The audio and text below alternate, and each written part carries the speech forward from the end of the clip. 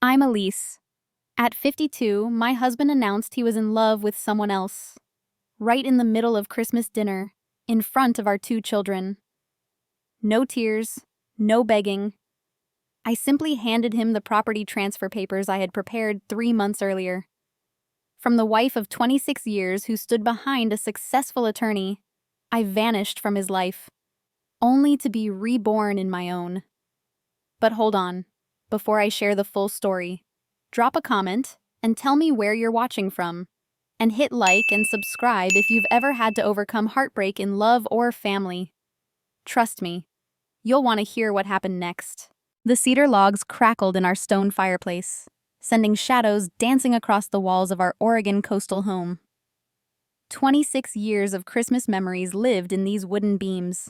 First steps, birthday parties, graduation celebrations. I'd just pulled the glazed ham from the oven when Reed clinked his wineglass with a butter knife. I have something to tell everyone. My hands stilled on the dish towel. Nolan looked up from his phone, medical journals forgotten. Ava set down her law textbook, sensing the shift in atmosphere. Outside, snow fell in thick curtains, muffling the world beyond our dining room. Reed stood, adjusting his burgundy tie, the one I'd given him for our 20th anniversary. This isn't easy to say, especially tonight. He cleared his throat. I've fallen in love with someone else. Marina. She's everything I need right now. The dish towel slipped from my fingers. 26 years. Gone.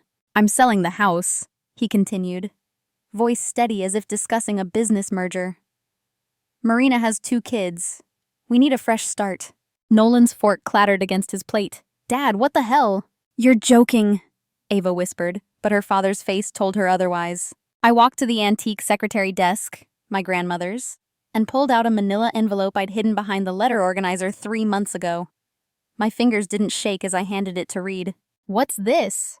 He frowned, breaking the seal. Property transfer documents. I had Clint Myers draw them up in September.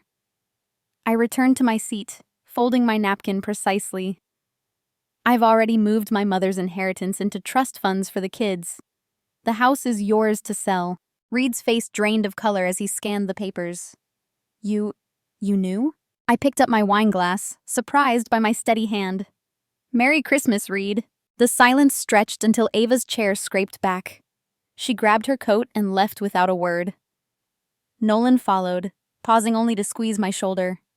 And then it was just Reed and me, sitting at opposite ends of a table set for family, while snow buried the garden where we'd exchanged vows all those summers ago. The signs started appearing like hairline fractures in porcelain, visible only when you held them to the light.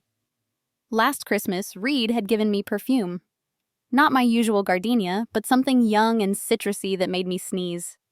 When I mentioned it, he'd said the saleswoman recommended it for mature women wanting to feel fresh again.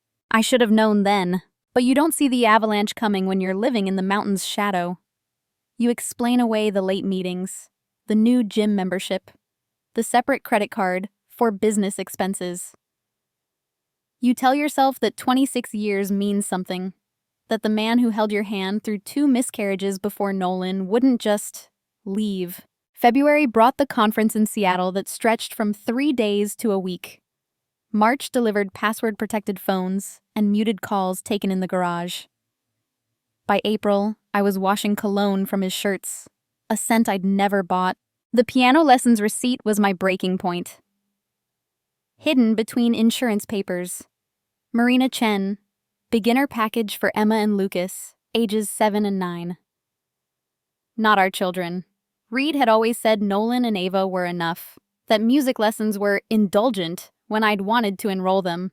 I sat on our bedroom floor that May afternoon, holding that receipt while rain drummed against the windows. The woman in our wedding photo smiled back at me from the dresser. So young.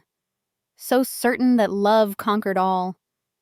I wondered when I'd stopped being her and become the woman who filed receipts in silent preparation for war. That night, I started my journal. May 15th, he came home at 11:47. Said traffic was bad. His shirt smelled like jasmine, Marina. Even her name sounds like everything I'm not. Gloria Stern didn't look like a private investigator. 62, silver-haired, wearing pearls and driving a Subaru with a "World's Best Grandma" bumper sticker.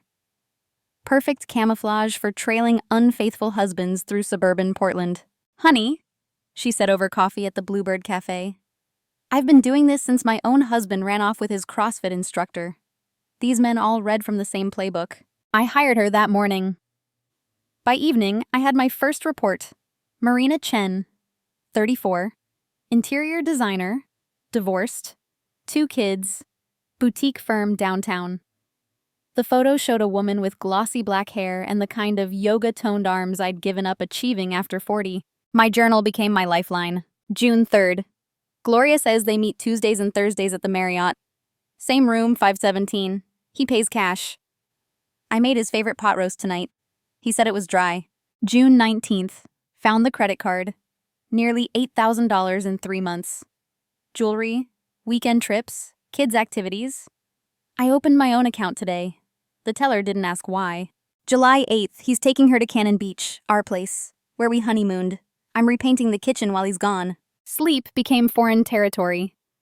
I'd lie beside Reed, counting his breaths, wondering if he dreamed of her. 3 a.m. became my companion, the hour when I'd slip downstairs to update spreadsheets, scan documents, move money like chess pieces across accounts. "You're getting thin," my sister Helen noticed at lunch. "Stress," I replied, which wasn't a lie. She studied me over her salad. "Everything okay with Reed?" I smiled, the one I'd perfected in mirrors. "Why wouldn't it be? Because that's what we do, isn't it? We protect the facade while Rome burns. We smile at PTA meetings and wave at neighbors while our insides crumble like old newspaper. We become detectives in our own lives, gathering evidence of our obsolescence." Gloria's reports grew thicker. Restaurant receipts, hotel bookings, photos of Reed holding Marina's hand as they browsed furniture stores, planning their future while I documented our past. August 14th. He forgot our anniversary. First time in 26 years. I didn't remind him. Clint Myers had been my law school crush before I dropped out to support Reed's career.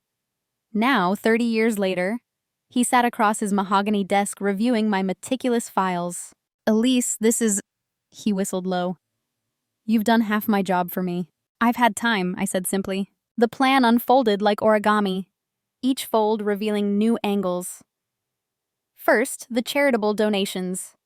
I gave $50,000 to the high school arts program, ensuring my name appeared in the local paper as "Beloved Teacher Transforms Student Lives." Then the scholarship fund for single mothers. Gloria's idea. "Nothing like community goodwill during a divorce," she'd said. I separated our assets with surgical precision. The antiques from my mother. The investment account I'd grown from my teacher's salary.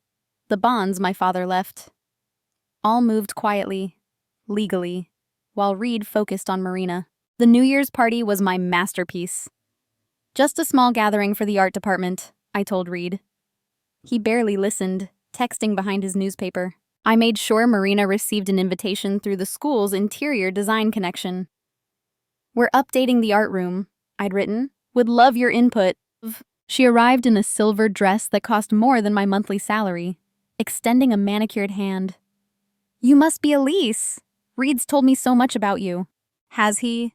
I offered wine, my grandmother's crystal singing as it filled. "All good things, I hope." We chatted about color palettes and natural light while I studied the woman who'd stolen my future. When she mentioned wanting more children, I touched her arm sympathetically. "Oh, that's wonderful. Reed must be thrilled. He always said 2 was his limit, but people change, don't they?" Her smile flickered. "Yes, he's adjusting to the idea." "Well, he'll be a wonderful father again. Though at his age, I suppose you'll handle the late nights?" I laughed, light as champagne bubbles.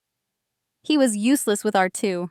Said the vasectomy was his gift to me after Ava was born. Marina's glass stopped halfway to her lips. "Vasectomy? Oh!" I covered my mouth. "I assumed he'd told you.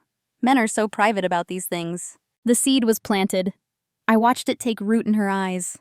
Doubt's first green shoot pushing through certainty's concrete. Marina's pregnancy announcement came during the February thaw. Reed burst through the door, face flushed not from cold, but panic. "Where are the medical files?" He tore through the filing cabinet like a man possessed. "Which files?" I asked from the kitchen, stirring soup with deliberate calm. My medical records, the procedure paperwork. Oh, those. I dried my hands slowly. I think they're in your office desk. Bottom drawer. I reorganized last month. He thundered upstairs. I'd placed the copies there that morning, right where he'd find them.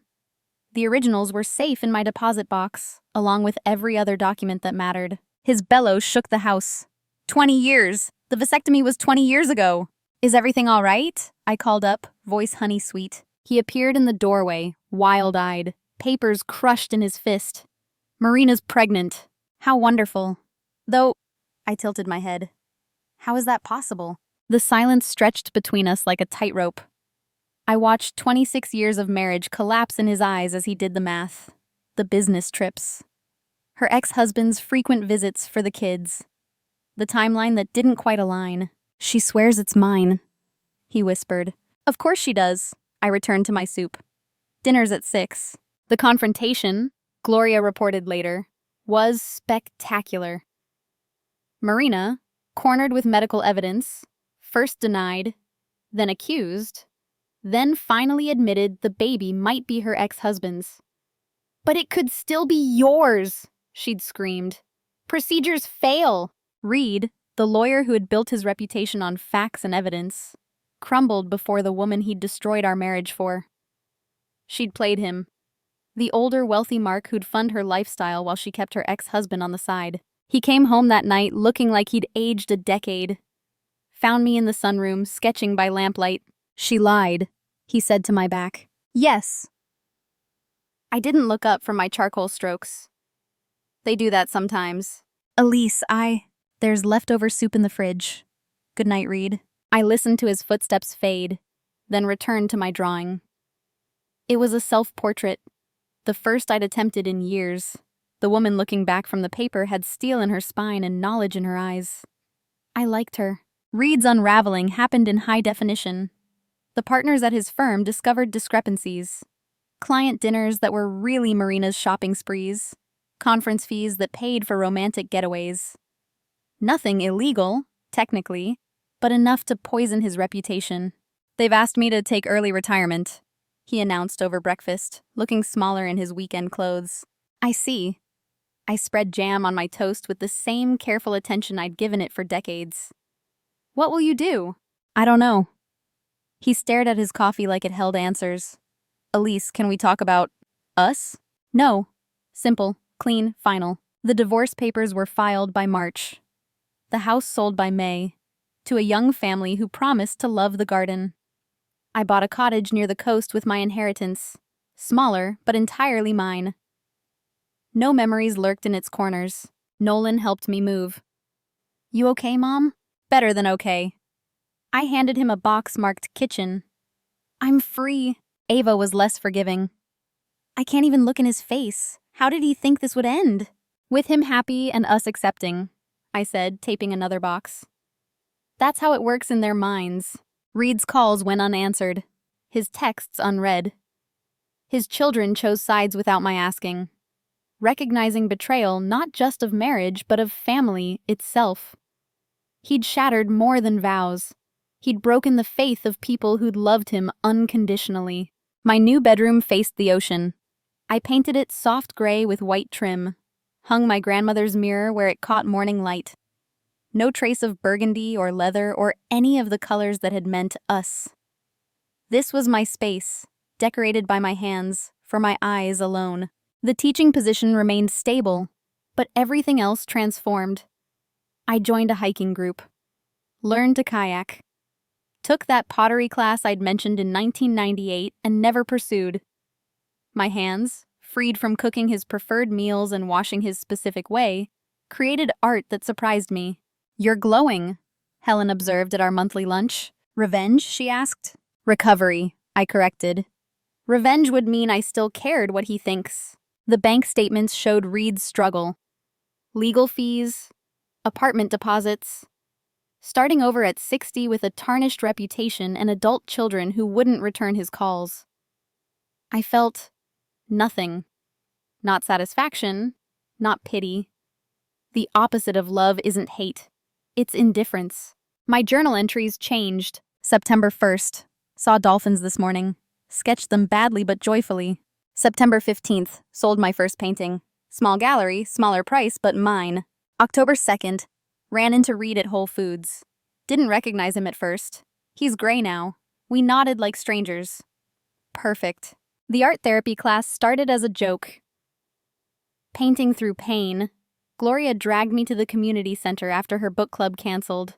"This is ridiculous," I muttered, eyeing the circle of women clutching brushes like life preservers. "So is cheating with someone named after a boat slip," Gloria countered. "Paint something." But those Thursday nights became sacred. We were teachers and lawyers, cashiers and CEOs, united by the universal experience of loving someone who chose elsewhere. Our canvases bled with fury and blossomed with hope, sometimes simultaneously. "I painted him as a troll," Sarah announced, holding up a garish portrait. "Living under the bridge, I burned." We laughed until we cried, then painted our tears too. My art evolved from hesitant sketches to bold statements. The coast inspired me, its violence and beauty, its constant change. I painted women emerging from waves, transforming from foam to flesh, salt to strength. A gallery owner noticed, then another. By November, I had my first solo show scheduled. Resurrection, I titled it. Gloria smirked. "Bit on the nose?" "Perfect," I countered. Clint appeared opening night, carrying white roses.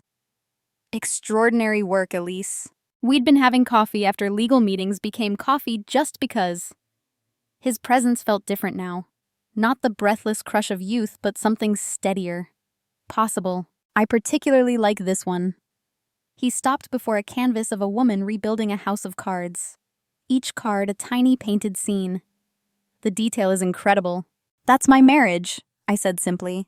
"Pretty from a distance, fragile up close. And she's rebuilding anyway. With better cards this time." He smiled, the kind that crinkled his eyes. "Dinner? To celebrate?" "Yes." No hesitation. No checking if it was appropriate or too soon. Just yes. The show sold 12 pieces. Not fortune-making money, but soul-affirming validation. Women approached with their own stories, seeing themselves in my brushstrokes. We were a secret society, those of us who'd been left, not victims, but veterans of emotional war. "I want to commission something," a silver-haired woman said. "My daughter needs to see that survival is beautiful." I thought of my own daughter, fierce in her loyalty, planning a wedding where her father wasn't welcome.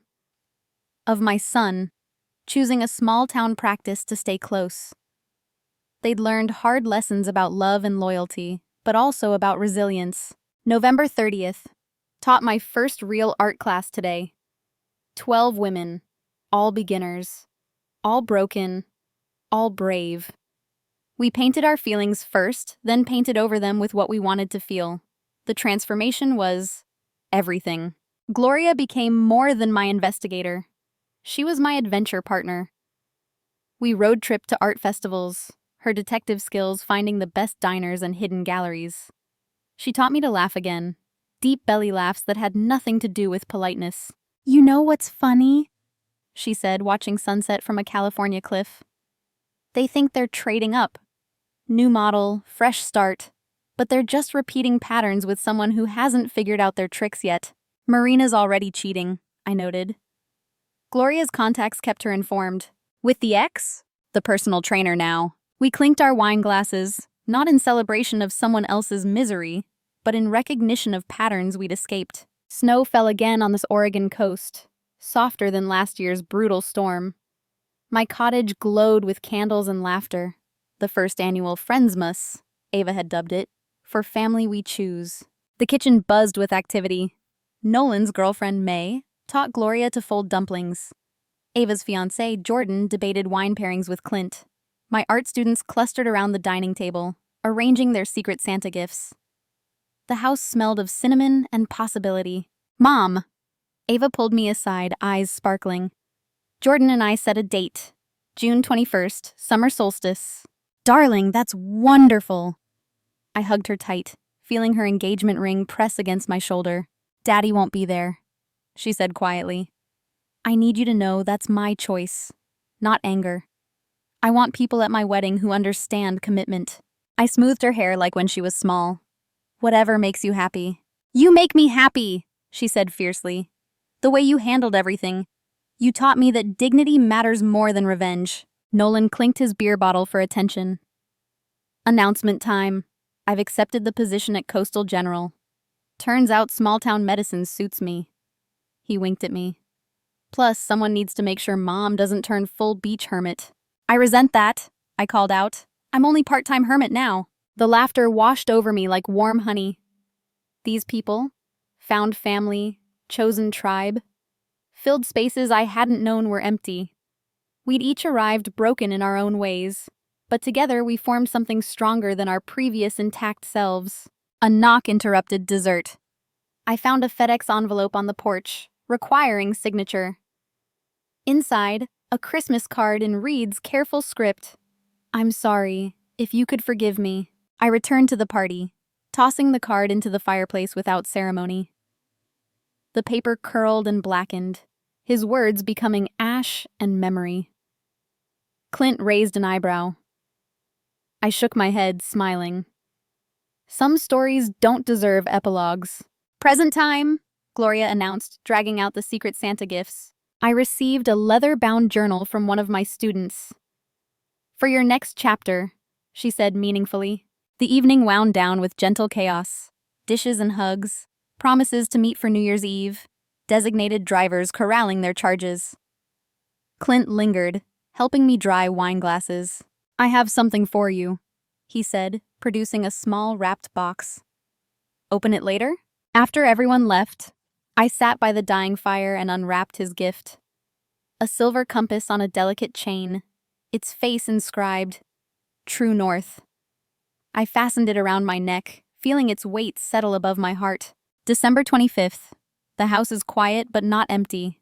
Tomorrow I teach. Thursday I paint. Saturday, Clint and I drive to Seattle for the Chihuly exhibit. Ava wedding planning calls daily. Nolan's moving home in March. Gloria's plotting our next adventure. This isn't the life I planned, but it's the life I claimed. The woman in the mirror, silver-streaked, paint-stained, laughing. I finally recognize her. She was always there, waiting beneath the perfect wife costume. Tomorrow marks 2 years since Reed's announcement. I should probably feel something about that. Instead, I'm thinking about the canvas waiting in my studio, about the way morning light turns the ocean silver, about all the paintings yet to come. Freedom tastes like salt air and possibility. It looks like empty highway stretching toward horizon. It sounds like my own laughter bouncing off cottage walls that know only my stories. They say the best revenge is living well. They're wrong. The best revenge is living authentically. So fully yourself that the person who left can't even recognize the life they abandoned. I am Elise Whitaker, teacher, artist, mother, friend. I was never his to leave. I was always my own to find. Outside, snow kissed the ocean, and somewhere in the distance, a new year waited to be painted.